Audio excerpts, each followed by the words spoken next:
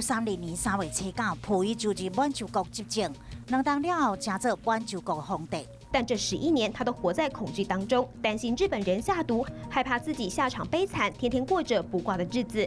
一直到1945年，日本战败，才结束总共13当的家内生涯。1978年3月初9，华航831号客机伫对高雄培养香港的路中，遭受华航工程师提出工具劫机，要求培养中国。机顶2名空安人员用灭火器乱开驾驶门，制服嫌犯。 我们只知道那个机舱里面啊，是哔哔叭叭的响了很大的声音，我们不知道发生什么事情。劫机者已经证实死亡，正副驾驶员受到轻伤，已经送往医院，而机上的92名乘客也都虚惊一场，也都安全地抵达了香港。